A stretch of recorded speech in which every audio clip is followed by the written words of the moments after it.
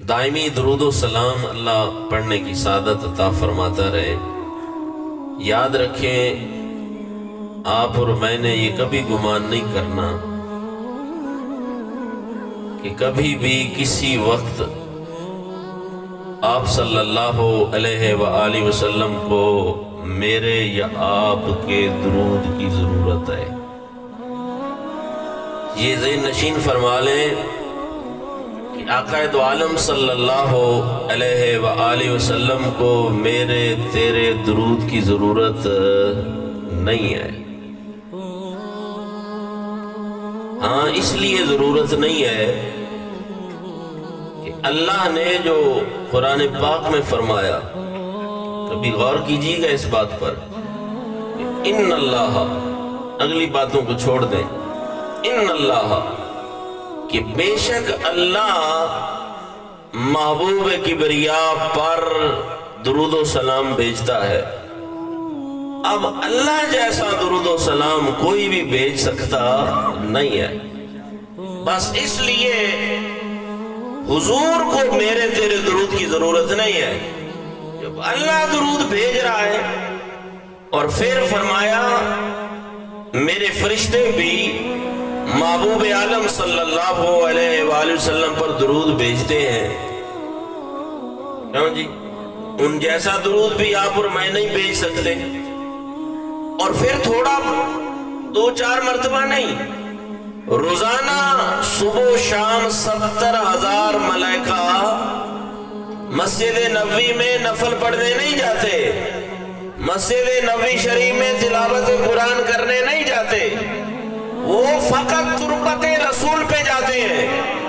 اسے نشین فرمائے، مسجد نبوی میں وہ نہیں جاتے، نفل پڑھنے نہیں جاتے، قرآن کی تلاوت کے لیے نہیں جاتے۔ کیا کرنے آتے ہیں؟ درود پڑھنے آتے ہیں۔ اور کہاں آتے ہیں؟ صرف تربت رسول پہ آتے ہیں۔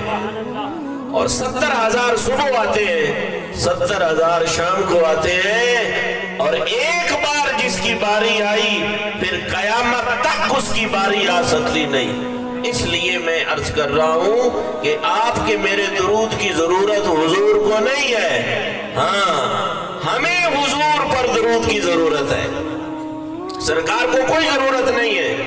محبوب کبریا کو یہ شاید کوئی سمجھے کہ میرے درود سے حضور کی شان میں، نانا، یاد رکھو اللہ نے فرمایا وَرَفَعْنَا لَكَ ذِكْرَكَ، کہ محبوب ہم نے تو آپ کی خاطر آپ کا ذکر بلند کر دیا ہے۔ قاضی ایاز مالکی شفا شریف میں لکھتے ہیں کہ بلند کیسے ہوا ذکر؟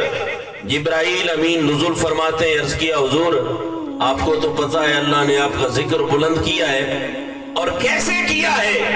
کہ جہاں اللہ کا ذکر ہوگا وہاں رسول اللہ کا ذکر ہوگا۔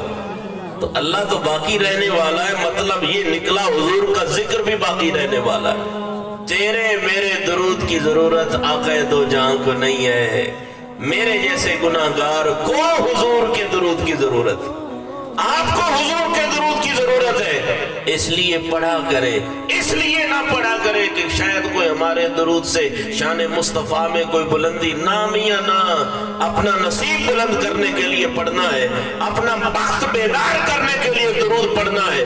اور سنو، میں عرض کروں کہ درود پڑھنے سے ہوتا کیا ہے؟